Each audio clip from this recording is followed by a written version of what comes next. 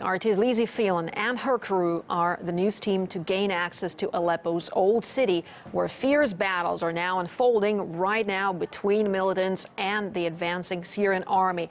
Well, these are the first images that she sent us from there. This is government-held West Aleppo. Until last night, this was rebel-held Aleppo.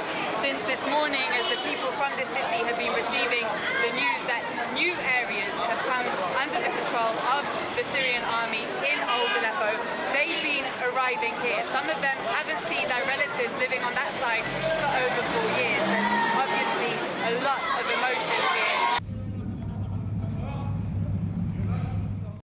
This building used to be used before the war to make bread, but rebels for the last 4 years have been using it to make and store weapons.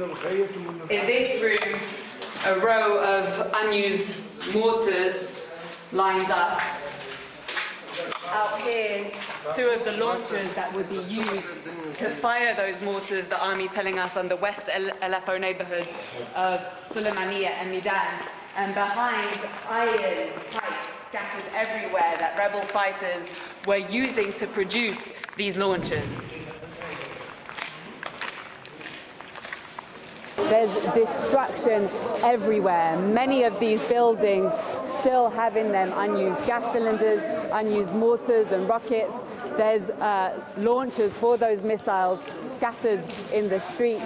This area now back under the control of pro-government forces, but they still have further to go. Just beyond that intersection, there's still opposition fighters there.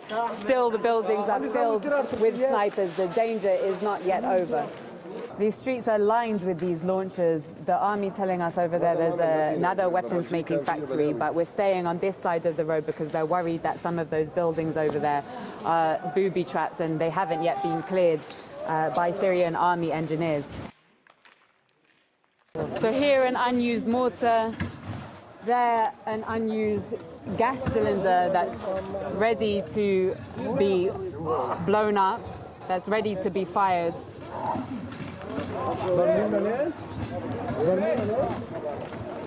Booby traps everywhere that have just been dismantled. And from here, you can see how close people living in government territory were to people living in rebel territory. Until last night, this building was under the control of the opposition and was filled with rebel snipers that would fire onto civilian areas. Just beyond here, you can see there the Syrian flag flying there. Meanwhile, a Russian colonel has died after being critically injured by extremist shelling in the city of Aleppo. Colonel Ruslan Gelitsky had been serving as a military advisor, and he was hit in one of the civilian districts in the west of the city. He died later from his wounds in hospital.